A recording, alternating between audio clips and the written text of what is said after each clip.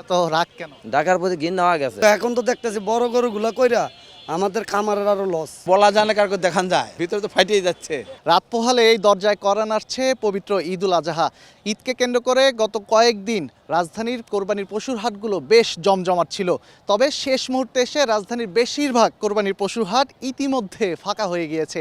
এই মুহূর্তে আমরা আছি রাজধানীর উত্তরা দিয়াবাড়ি কোরবানির পশুর হাটে। এখানকার সবশেষ কী পরিস্থিতি সেই বিষয়টি আপনাদের সামনে তুলে ধরার চেষ্টা করব। সেই পর্যন্ত আমাদের সঙ্গে থাকুন। আমাদের খামারিওয়ালারা আশায় ছিলাম যে বড় গরুগুলা বেচতে পারলে আমরা একটু আশার আলো দেখব, কিন্তু এখন তো দেখতেছি বড় গরুগুলা কইরা আমাদের খামারের আরো লস। কয়টা গরু নিয়ে এসেছেন? রাতে আসছিলাম 16টা নিয়ে আসছিলাম, আমার আর 3টে আছে। আমার দামই দিচ্ছে না, খালি আসি 2 লাখের মাল বলে 1,50,000 এরকম বলতেছে। কি করবেন এখন এই পরিস্থিতি? কি করবেন? কি করবো, বিক্রি না হয় দেশে নিয়ে যাবো, তাতে রাস্তা নাই তো। কারণ এরকম তো ঢাকা শহরে দেওয়া যাবো না, আর ঢাকা গরুই আনবো না জীবনে। এত রাগ কেন? ঢাকার প্রতি ঘিন নেওয়া গেছে। ঢাকা শহরে আসি গরু নিয়ে 4-5 বিঘি জমি শেষ করে দিয়েছি, আর ঢাকা শহরে আসবো না। এখন জন্ম সনদ দিয়ে খোলো বিকাশ স্টুডেন্ট অ্যাকাউন্ট। নিজের বিকাশ নিজে কর। মোট 6টি গরু নিয়ে এসেছি।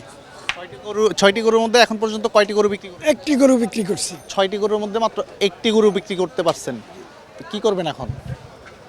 এখন কি করব, প্রয়োজনে ফেরত নিয়ে যাব। বিশেষ করে বড় গরুর বাজার খুবই কম আজকে। এবার বড় গরুর দাম না পাওয়ার কারণ কি আপনার কাছে কি মনে হচ্ছে? এটা আমি নিজেও বুঝতে পারতেছি না। সবসময় বড় এবং সুন্দর গরুর একটা ভালো আকর্ষণ থাকে, এটা কেজির হিসাব ওভার করিয়া নেই, কিন্তু এই বছর বড় গরুর দিকে কাস্টমার খুবই নারাজ। এই যে আপনি 22টা গরু নিয়ে আসছেন সেই পাবনা থেকে, অনেক কষ্ট করে অনেক দূর থেকে নিয়ে আসলেন, খারাপ লাগছে না গরুগুলো বিক্রি হচ্ছে না? খারাপ লাগে না, এটাকে এখন কেউ বলা যায় না, কারকে দেখান যায়, সে ভিতরে তো ফাটিয়ে যাচ্ছে। 48টা গরু আনছিলাম এই হাটে।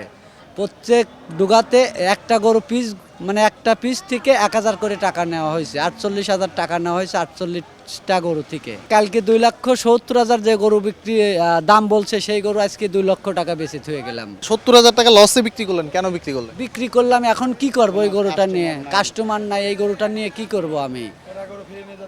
এখন এই গরুটা নিতে গাড়ি পাচ্ছি না, এই দেখছেন তো আমরা সবাই বসে রয়েছি। এখন কি করবো? এখন আমরা নিজেরাই গাড়ি পাচ্ছি না, তাহলে গরু নিয়ে যাব কিভাবে?